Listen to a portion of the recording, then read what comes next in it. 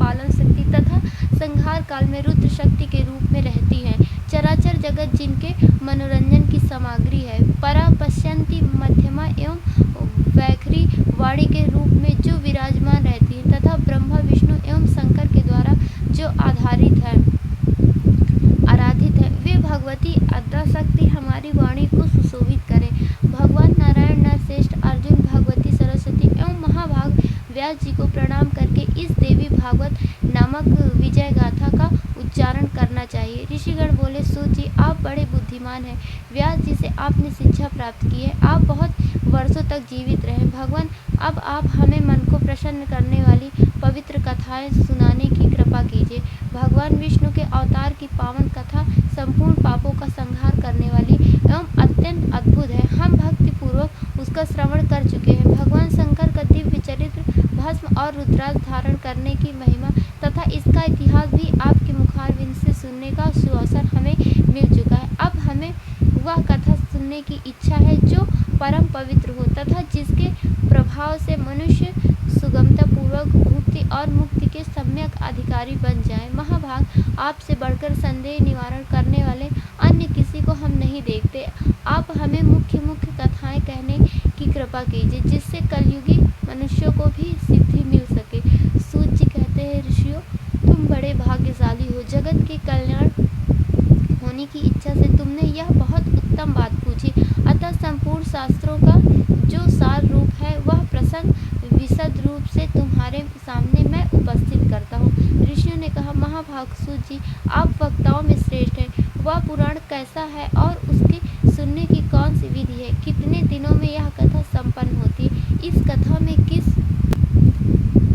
देवता का पूजन होना चाहिए तथा कितने मनुष्य पहले इसे सुन चुके हैं और उनकी कौन कौन सी अभिलाषाएं पूर्ण हो चुकी है? यह सब हमें सुनाने की कृपा कीजिए। सूत जी कहते हैं, व्यास जी भगवान विष्णु के अंश हैं। पाराशर जी उनके पिता और सत्यवती माता हैं। व्यास जी ने वेदों को 4 भागों में विभाजन करके उन्हें अपने शिष्यों को पढ़ाया, किंतु जो संस्कारहीन नीच कुल में उत्पन्न वेद पढ़ने के अनधिकारी एवं स्त्रियां और मूर्ख जन हैं, उन्हें धर्म का ज्ञान कैसे हो? यह चिंता उनके मन में जाग उठी। तब स्वयं मन में विचार करके उन्होंने उक्त प्राणियों के धर्म ज्ञान अर्थ पुराण संहिता का संपादन किया।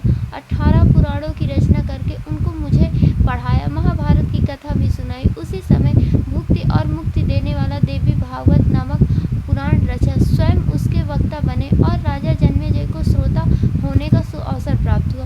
पूर्व समय की बात है, जन्मेजय के पिता राजा परीक्षित थे। उन्हें तक्षक सर्प ने डस लिया था। उनकी दुर्गति निवारण के लिए जन्मेजय ने देवी भागवत सुना।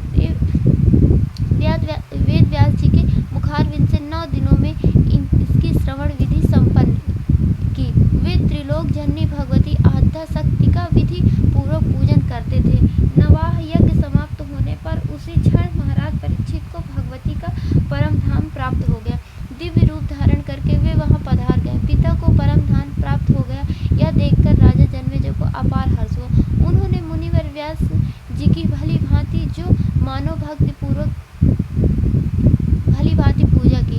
जो मानव भक्ति पूर्वक देवी भागवत की कथा सुनते हैं, सिद्धि सदा उनके सन्निकट खेलती रहती है। अतः उन्हें निरंतर इस पुराण का श्रवण करना चाहिए। सतयुग, त्रेता और द्वापर में अनेकों धर्म थे, किंतु कलि के लिए एक पुराण श्रवण ही धर्म रह गया है।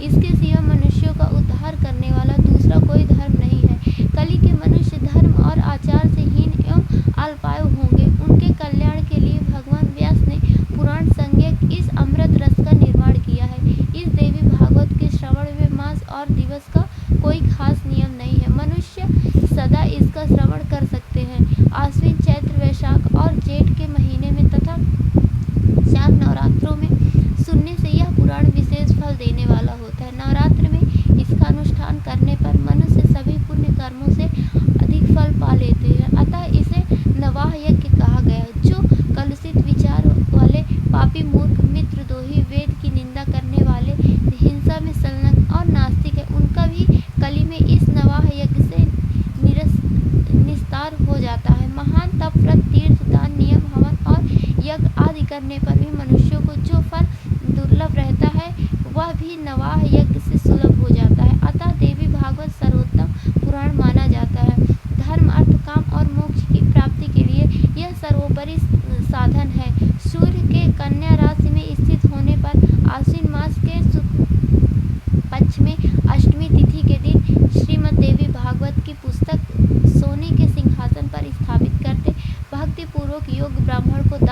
चाहिए।